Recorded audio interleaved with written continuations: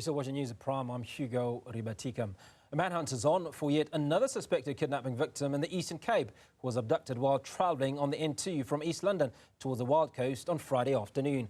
According to a statement by specialist investigator Mike Bolhuis, the victim's last communication with her family was around 11:30 yesterday.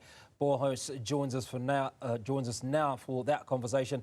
Mike, thanks for your time. Kidnappings in South Africa seem to be increasing, especially in areas like the Eastern Cape. What is driving this surge? You know, kidnapping is a paying crime, and we've said it many times before. Unfortunately, if a crime is executed and not dealt with severely, it draws in other criminals and they will also do the crime.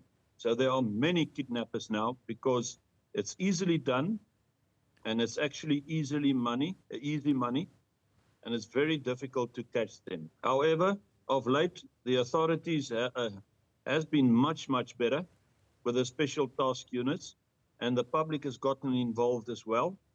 It seems like everybody in South Africa, all the authorities, everybody has jumped in and is trying to make a huge difference in kidnappings. Kidnappings have dropped at certain places, but on the Eastern Cape, it has escalated. In the last year, about 80 of this kind, and they especially target people on the roads there. They identify the vehicles. If they see it's expensive vehicles or they see it's a lone traveler, they usually mistake them for an overseas traveler. They'll take them. Okay, so it almost suggests that there's very little research that's done by these kidnappers. They look at a vehicle and based on the vehicle make a multiple number of assumptions. Is this correct? Yeah, this is a mid-level kidnapping. This is not a high-profile kidnappings where they do the investigations.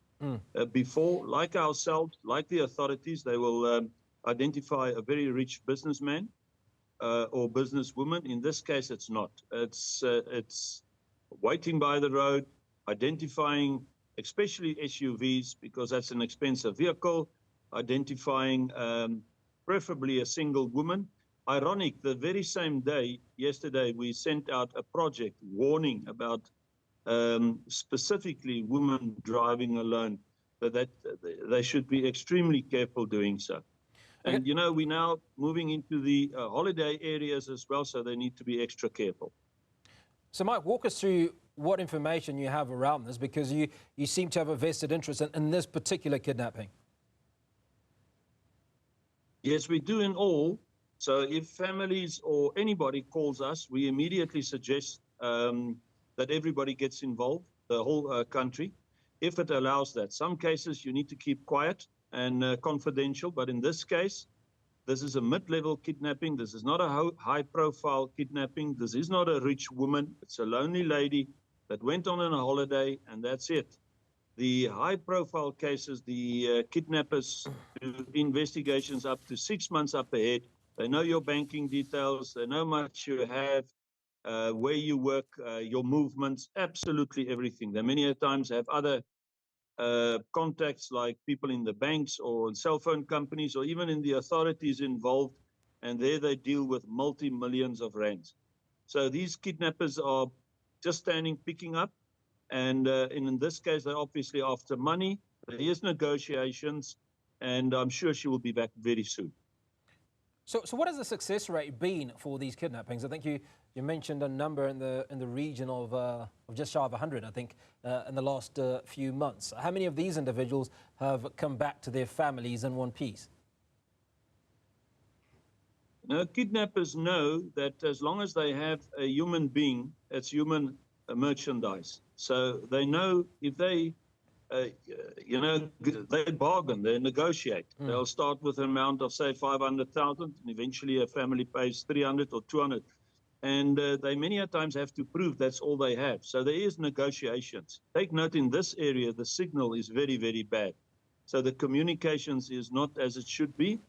But the success rate of getting people back via the experts in the police negotiators is good. There's very few that are killed, very few. And I must once again compliment the police. You know, the Hawks, And all the authorities, when we sent out this project, the nation, you guys, the media, everybody immediately came forward to assist. The public, we've been inundated with SMSs, WhatsApps, emails, everybody wanting to help that whole area, all the security companies. And this is what we need, because this is how you flush them out. So just praise everybody involved. Mike, something you said earlier is crime pays for those that continue to do it. It's the reason why they engage in it. And the success rate of recovery has been very high, as you've suggested. Let's talk about the success rate of the police in apprehending these individuals. I mean, we talk about almost 100% of the number of individuals that have been kidnapped coming back to their families. What about the perpetrators? What are those numbers looking like? That's unfortunately not good, but of late it has increased. What lately has happened in the last I would say in the last year, is that the authorities have put out specialized units and has made kidnappings, hijackings, serious violent crime cases, serious crimes committed in families against women and children, all priority cases, but especially kidnapping. So once a kidnapping goes down, all the authorities are involved, and also specialized units. The most important person is the negotiators, and then obviously the authorities that can assist with any form of investigations, relying on the information from the public, like ourselves. We operate like a police force. So some people prefer to speak to private specialist investigators like ourselves, but we share with the police. We will always be a number two. There's nothing we do on our own. We always involve ourselves with the authorities, give them all the information, and proper track and tracing and in-depth forensic investigations is the only way to catch these guys. In the past, it hasn't been that successful. The infrastructure in the authorities would need much more sophisticated technology. It's very difficult, and it's obviously something I cannot talk too much about, but it's absolutely necessary to have the best digital and electronic tracking, tracing, forensic investigation infrastructure available. And as long as we don't have that, then we won't have prevention. We will always have investigations after the fact, negotiations, and a return. However, I must add that the authorities are taking no nonsense anymore.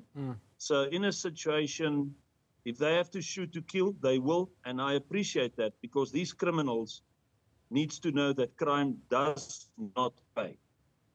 All right, I think it's a good place to end that, Mike. Crime does not pay. Mike Bolhuis, a special investigator, walking us through one of those incidents where an individual in the Eastern Cape has recently been kidnapped for a ransom.